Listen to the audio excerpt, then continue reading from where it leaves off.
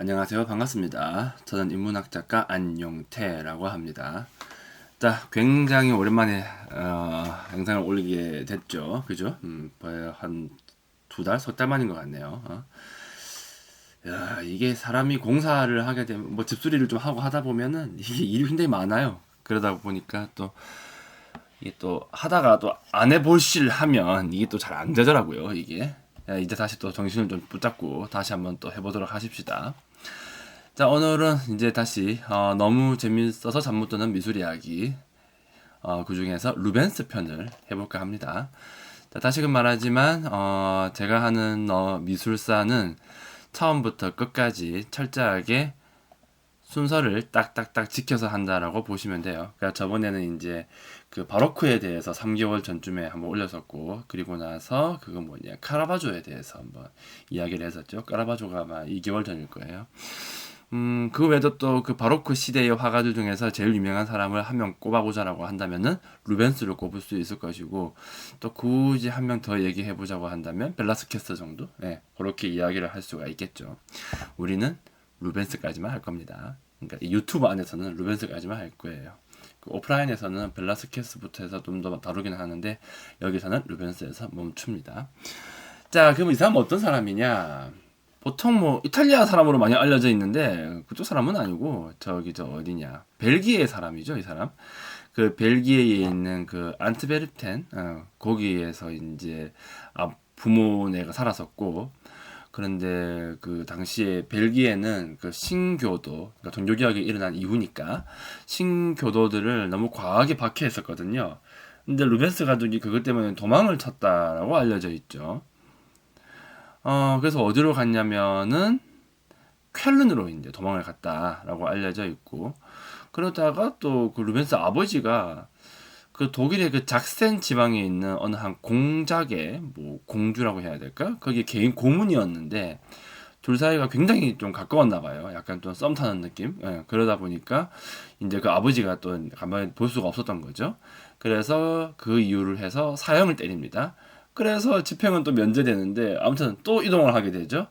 그래서 그 다음 간 곳이 어디냐면 베스트팔렌이라는 곳이 있는데, 그곳에는 지겐이라고 하는 아주 작은 도시가 있어요. 거기로 유배를 당하게 되죠. 거기에서 루벤스가 태어난 거예요. 이 양반 같은 경우에는 결국 마지막에 나중에 가면은 그 벨기에로 돌아가거든요. 자, 근데 본인 스스로는 루벤스가 이제 자기는 쾰른에서 태어났다, 독일의 쾰른에서 태어났다라고 말하고는 있는데 아니고 지겐이라는 도시로 이제 지금은 밝혀져 있는 상태입니다. 여러분이 이제 바로크 그림이다라고 하게 되면은 보게 되는 거의 여러분의 머릿속에 있는 그림은 거의 뭐 90% 이상의 확률로 루벤스의 그림일 가능성이 굉장히 높죠.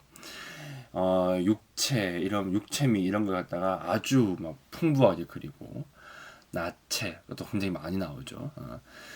그래서 이 사람을 보고 이제 흔히 하는 어떤 별명 같은 게 있는데, 그게 뭐냐면은 바로크의 왕이라고 하는 그런 별명을 가지고 있기도 해요.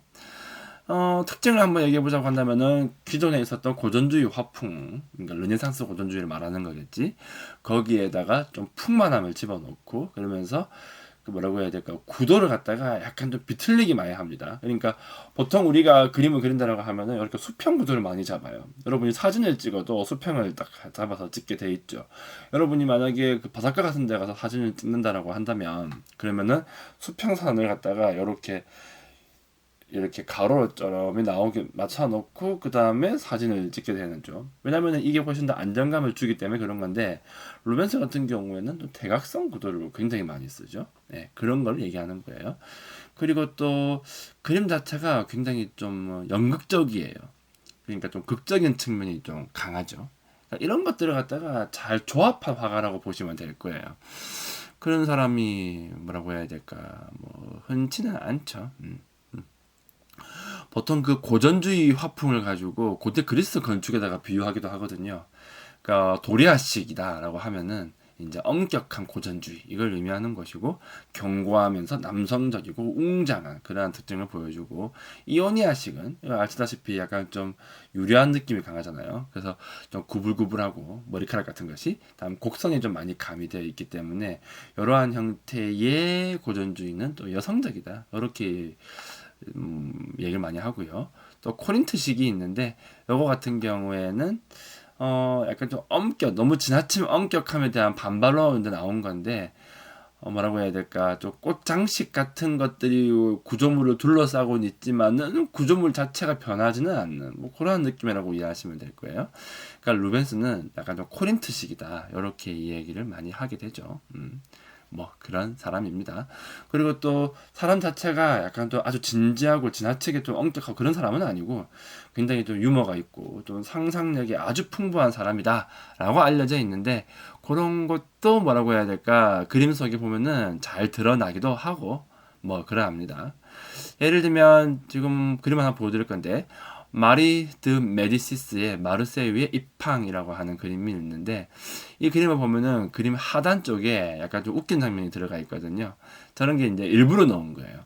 그래서 이 사람 같은 경우에는 좀 종교화를 그릴 때도 좀 엄숙한 그런 분위기를 갖다가 아주 교묘하게 피해가면서 살짝 진지하기를 좀 거부하는 듯한 그런 좀 특징을 보여주기도 하죠. 그러면서 그림 자체는 굉장히 웅장하고 풍부해요. 뭔가 꽉 차 있는 느낌이 들고, 그러면서 연극적이라서 마치 어떤 뭐라고 해야 될까, 뮤지컬의 어떤 아주 거대 뮤지컬의 어떤 한 장면을 보는 것만 같은 그런 느낌을 많이 주게 되죠.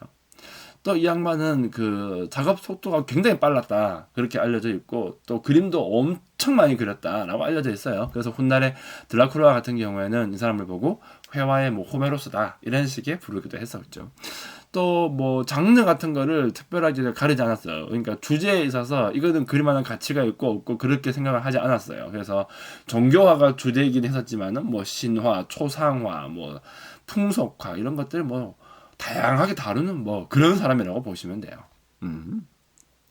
그러니까 특징은 철저하게 좀 비장감이 또 넘치고 극적이면서 과장되어 있고요.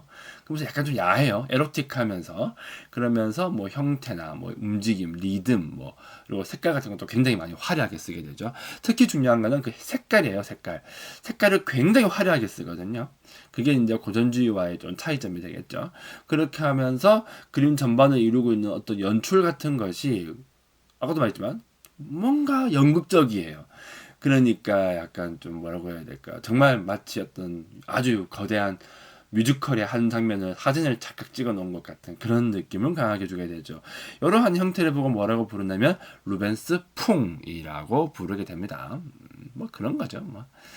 자, 그런 사람이에요. 그래서 그런 어떤 연극성을 좀 가미하기 위해서 자세를 약간 좀 불안정하게 잡는 경우도 많고, 얼굴에다가 표정 같은 것들도 굉장히 좀 생생하게 부여를 하게 되죠. 연극이 그렇잖아요. 연극이라고 하는 게 멀리 있으니까 잘 안 보이거든요. 그래서 뭐 행동이나 표정이나 이런 것들이 약간 좀 과장되기 마련인 것인데, 이 사람은 그림에다가 그런 거를 갖다가 약간 부여하게 되었다, 이렇게 보시면 되고, 또 육체 이런 것도 굉장히 좀 개성이 강해요. 그러니까 전형적인 아름다운 몸이라고 하는 게 있는데, 그렇게 그리는 것이 아니라 좀 사실적인 측면이 많이 들어가 있어요. 그래서 예를 들어서 뭐 보통 옛날 고전주의 같은 경우에는 피부 이런 것도 아주 매끄러운, 정말 무슨 뭐 진주결 같은 그런 느낌으로 하고, 뱃살 같은 건 하나도 없고 정말 완벽한 몸매, 뭐 이런 식으로 그림을 그리게 되는데, 바로크 같은 경우에는 뭐 그런 거 없다. 우리의 현실은 무엇이냐? 배에 살이 있다, 이거죠. 그래가지고 옷을 벗겨놓으니까 이게 살찐 몸이 이제 이렇게 주름이 이렇게 잡힐 거 아닙니까? 뭐 그런 것들도 있는 그대로 표현하기도 하고요. 자, 그림을 하나 보자고 한다면은 이 수산나와 장로들이라고 하는 그림이 있는데, 이거 보시면 아시겠지만 뭐 피부 톤이나 또는 뭐 피부의 어떤 뭐 주름이나 이런 것들을 갖다가 굉장히 좀 사실적으로 표현했다, 그렇게 알 수 있겠죠. 그러니까 여기에 좀 루벤스가 추구했었던 자연주의의 한 요소다, 이렇게 이해를 해도 큰 무리는 없어요. 그리고 또 이 양반 같은 경우에는 그림만 잘 그린 게 아니라 뭐라고 해야 될까, 좀 다른 쪽에도 좀 재능이 되게 많은 사람이었는데, 특히 이 사람은 외교관으로도 되게 유명했어요.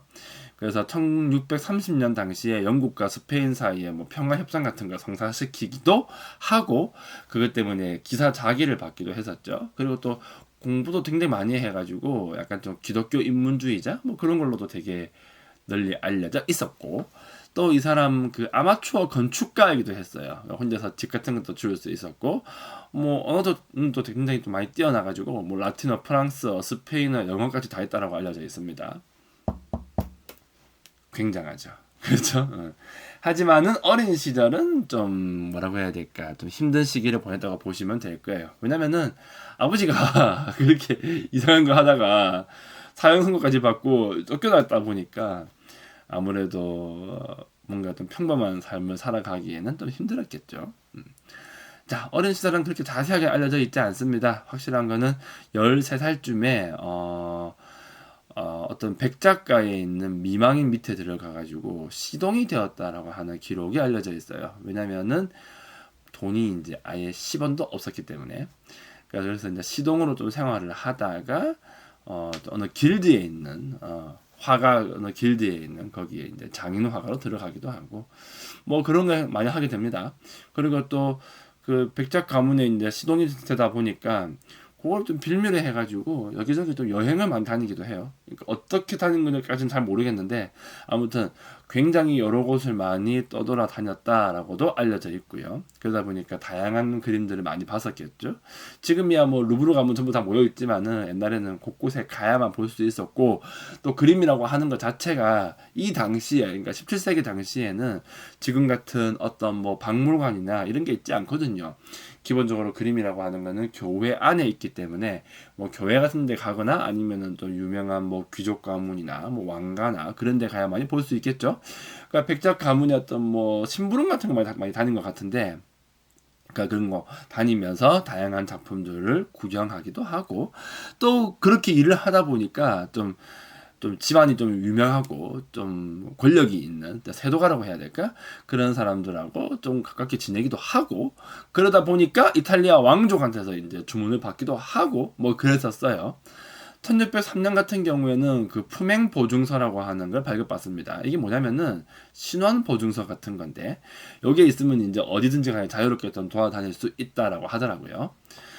이걸 가지고 이제 이탈리아로 여행을 가게 되는데, 뭐, 베네치아에도 가고, 뭐, 로마에도 가고, 여기저기 많이 가게 되는데, 인상 깊게 본 그림은 티치아노의 그림. 그게 너무 좋아가지고, 티치아노의 그림을 좀 모사하기도 했었다. 뭐, 그렇게 알려져 있고요. 또, 거기에는 또 어느 한 동네의 공작가 눈에 또 띄어가지고, 그때부터 이제 초상화 일을 굉장히 많이 했었습니다. 그리고 또 그 빈첸조 곤차가라고 하는 공작이 있었는데 이 양반 집안에서 이제 이 사람이 그림을 좀 되게 많이 모으는 사람이었는데 그 사람이 모아놓은 그림 컬렉션을 갖다가 좀 관리하는 뭐 그런 일을 하기도 했었고 그 덕분에 또 이탈리아 여행하는 게 훨씬 더 손쉬워지기도 했었고 또 그 덕분에 더 많은 그림을 얻기도 했었고 그랬었고요. 그 다음 또 떠나가지고 제노바 같은 데 가가지고는 그 초상화 기술 같은 걸 배우게 됩니다. 그래서 실력이 꽤나 좋아가지고 그 동네에 있었던 뭐 귀족들 그런 사람들을 묘사하게 되죠. 지금 보고 있는 이 그림 같은 경우에는 브리지다 스피놀라 후작 부인의 초상화라고 알려져 있는데 보시다시피 뭐 옷의 질감이나 저런 것들이 굉장히 잘 표현되어 있으면서도 바로크적인 요소는 잘 들어가 있죠. 자, 그러다가 이제 28살이 되면서 본격적으로 이제 화가 역할을 한다고 보시면 돼요. 일단 1608년에 어머니가 돌아가십니다. 그래서 이제 돌아가야만 했었고 이제 이탈리아에 있을 수가 없는 거죠. 그래서 플랑드르로 돌아가야만 했었는데 그 당시에 또 운이 좋아가지고 그 당시에 그 플랑드르의 통치자가 알베르트 대공, 또 공작이죠, 하고 그 사람의 아내가 이사벨라라고 하는 사람이었는데 그 공작가의 또 궁정화가로 또 임명이 됩니다. 그래가지고 참 운이 좋아 이 사람. 그래서 이제 플랑드르가 그 벨기에에 있는 한 지방이거든요. 그래서 쫓겨났던 사람인데 너는 특별하게 그냥 안트베르펜에 정착해도 괜찮다라고 해서 이제 허가를 받게 돼요. 그래서 개신교이지만은 벨기에에 머물 수 있게 된 거죠.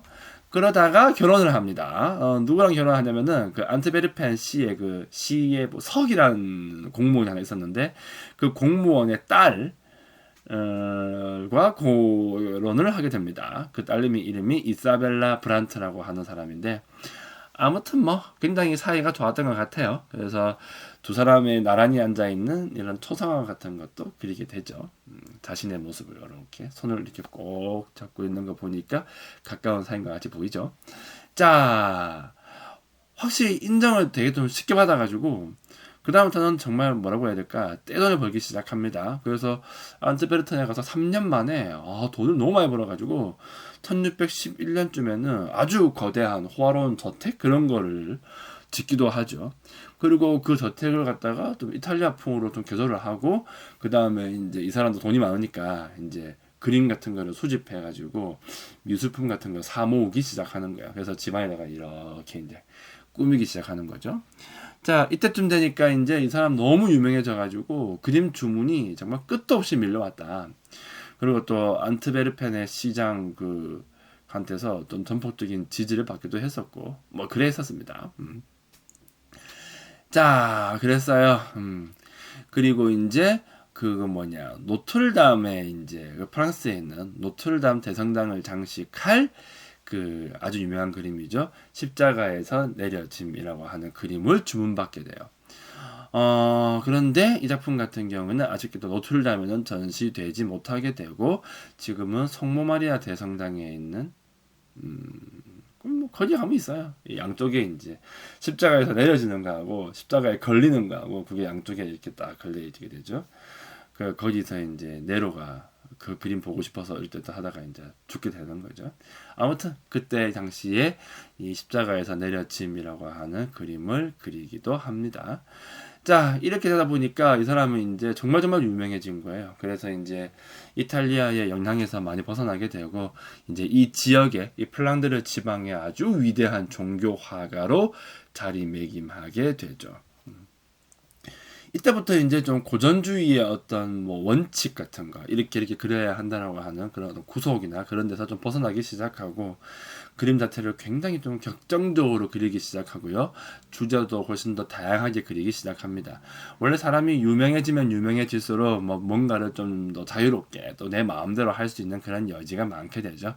특히 종교 쪽으로 되게 유명해져가지고 이 사람은 종교화 그리고 뭐 신화 주제 이런 식의 그림을 굉장히 많이 그렸었고 대부분 다 움직임이나 이런 거 뭐 리듬감, 색감 또 비장하면서 극적이고 과장된 그러면서 좀 꽉 차 있는 풍부함 이런 식의 바로크적 특징이 정말 잘 드러나는 그림들을 그려내기 시작하죠. 만약에 그 신화의 그림을 그린다라고 한다면은 대부분 다 그리스 고전에서 주제를 많이 가져오기도 했었고요. 지금 보는 그림 같은 경우에는 아마조네스의 전투라고 하는 그림인데 요거는 그 테세우스를 따르는 아테네인들하고 탈레스트리스의 그 여전사들이 이제 벌인 전투를 묘사한 거예요. 요거 같은 경우에는 뭐 기존에 있었던 고전적인 측면과 바로크적인 측면이 잘 조화되어 있다라고 평가를 받기도 합니다. 근데 내가 봤을 때는 그냥 뭐 말이 그런 거지 전형적인 그냥 바로크 그림이에요. 1620년쯤 되니까 이제 이 양반 그림이 이제 뭐 감당할 수 없을 만큼 주문이 많이 들어오는 거예요. 자, 내가 혼자서 다 할 수 없을 만큼 그림이 많이 들어온다. 그럼 어떻게 하겠어요? 이거 이제 화가라고 생각하지 말고 무슨 뭐 회사 같은 거라고 한번 생각을 해보세요. 그러면 어떻게 해야 될까? 직원을 뽑으면 되겠죠. 그래서 루벤스가 이제 공방을 하나 만들게 됩니다. 일종의 그림 공장 같은 거예요. 뭐 지금도 왜 그 글 쓰는 사람들 왜 무협지 같은 거 쓰거나 아니면은 뭐 만화가들도 보면은 약간 공장식으로 해가지고 또 분업해가지고 그림 팍 그려가지고 이제 엄청나게 고퀄리티의 그림을 내놓는 곳이 되게 많죠. 그 카카오 페이지 가보면은 그런 만화들이 굉장히 많이 올라오던데 딱 그 느낌이에요. 그러니까 루벤스가 먼저 드로잉을 좀 대충 그려가지고 다 색칠해 하면은 이제 제가 지시한 대로 밑에 있는 애들 색깔 칠하는 놈 있고 그다음에 좀 칠해놓으면은 이제 마무리는 루벤스가 하는 것으로 뭐 그런 식으로 되는 거죠. 그러면 이 그림은 누구의 그림일까? 자, 철저하게 루벤스의 것입니다. 다른 애들 손 댔다라고 해가지고 그 사람한테 좀 권리가 주어지는 것은 아니에요. 또 루벤스 되게 재밌는 게 뭐냐면은 그러면 공방을 하니까 이제 단순하게 이것저것 시키는 것만 잘하는 사람도 필요하겠지만 얘 같은 경우에는 좀 각 분야의 좀 전문가들을 되게 많이 가져와요. 그러니까 예를 들면 꽃을 정말 잘 그리는 화가가 있다거나 아니면 뭐 동물을 정말 잘 그리는 화가, 풍경을 정말 잘 그리는 화가, 이런 식으로 좀 각각의 어떤 전문 분야가 확실하게 있는 그런 화가들을 갖다가 또 데리고 오는 거예요. 자, 그렇게 해가지고 꽃 잘 그리는 화가가 있으면은 꽃은 얘한테 맡기는 거죠. 또 동물을 잘 그리는 화가가 있다라고 한다면 뭐 동물을 잘 그리는 화가한테 맡기는 식이에요. 예를 들면 이거 한번 봅시다. 사슬에 묶인 프로메테우스를 한번 보도록 하십시다. 자, 보시면 아시다시피 대각선 구도의 남자가 이렇게 누워있고 프로메테우스가 누워있고 프로메테우스의 간을 쪼아먹고 있는 독수리가 있는 거죠. 자, 뭐가 나왔느냐? 독수리가 나왔죠. 이 작품 같은 경우에는 당시에 동물을 정말 잘 그렸다라고 알려져 있는 그 프란스 스네이데르스라고 한 사람이 그린 거예요. 그러니까 정확하게는 독수리까지만 그린 거죠. 그러면 이거는 루벤스의 그림일까? 스네이데르스의 그림일까? 루벤스의 그림이에요. 자, 왜냐면은 전체적인 뭐 아이디어나 이런 것들은 전부 다 그 루벤스가 다 냈고, 말 그대로 동물 표현을 이 사람이 잘하기 때문에 그 표현만 좀 빌린 거거든요. 그런 거예요, 이게. 심지어 이런 것도 있습니다. 되게 유명한 화가죠. 브레헬이라고 하는 화가가 있는데, 이 사람은요, 꽃 그림을 되게 잘 그렸다라고 알려져 있죠. 그러니까 루벤스가 또 브레헬을 또 고용해가지고 분업하기 시작하는 거죠.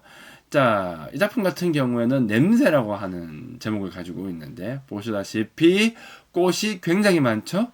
자, 이 그림에 있는 모든 꽃들은 전부 다 브레헬이 그린 것이고, 사람은 루벤스가 그린 거예요. 근데 어떡하지? 꽃이 너무 많은 거 아니야? 하지만 이것도 루벤스의 작품이다라고 알려져 있는 거죠. 자, 이렇게 했는데 또 효율적으로 해가지고 그림을 갖다가 엄청난 주문을 다 감당해내기 시작하는 거예요. 원래 그 물 들어올 때 놓아야 되거든. 자, 그렇게 하고 대규모의 그림들을 갖다가 막 엄청나게 막 양산하기 시작하는 거죠. 그러니까 이제 더 유명해지기 시작하는 거예요. 자, 그러다가 프랑스에 그 앙리 4세의 그 미망인이 있는데, 그 양반 이름이 마리 드 메디시스라고 하죠. 왕비인데 이 사람이 루벤스를 파리로 초대하게 돼요. 그때 당시에 이제 르상브르 궁전을 갖다가 좀 새로 보수를 했었는데, 그 궁 안에 있는 회랑, 그러니까 약간 좀 길쭉한 통로 같은 걸 말하는 건데, 그 회랑을 갖다가 장식해 달라고 요청하게 되죠. 그리고 어떤 그림을 그렸으면 좋겠느냐라고 했는데, 이 사람이 이렇게 얘기해요. 남편과 자신의 일대기를 묘사해가지고 총 24점의 그림을 그려주면 좋겠다, 이렇게 의뢰를 하게 되죠. 그래서 루벤스가 어떻게 했냐면은, 왕비가 살아온 여정을 갖다가, 그러니까 남편이 살아있을 때, 현재 왕은 이제 아들내미가 하고 있겠죠.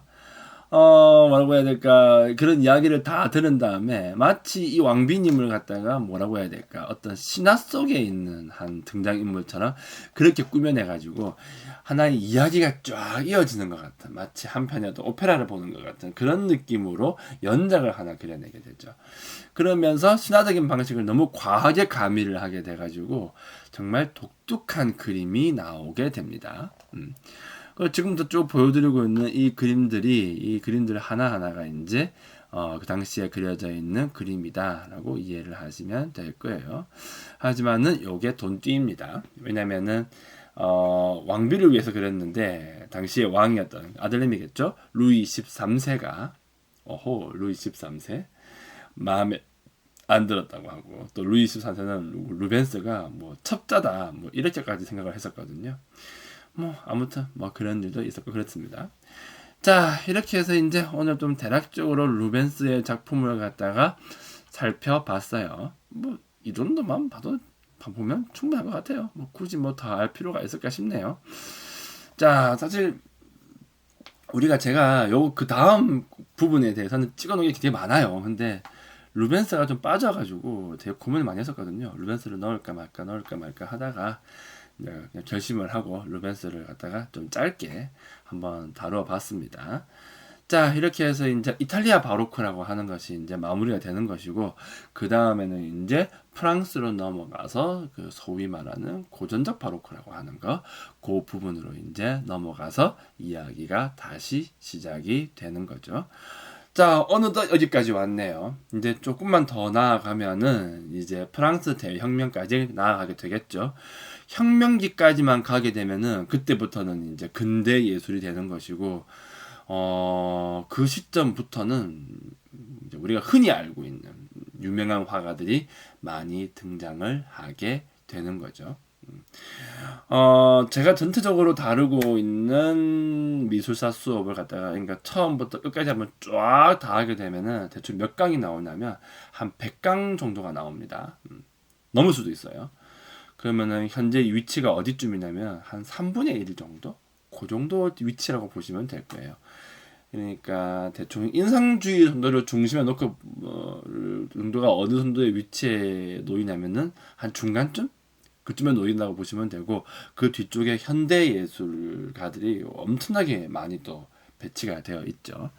하지만은 이런 것들을 알기 위해서는 이 앞부분과 관련되어 있는 내용들을 좀 더 자세하게 알면 좋기 때문에 그래서 이런 한 부분을 갖다가 계속해서 다루고 이해하고 뭐 알아두면 나쁘지 않겠죠. 자, 그러면 루벤스는 여기서 이제 마무리하도록 합시다. 자, 감사합니다.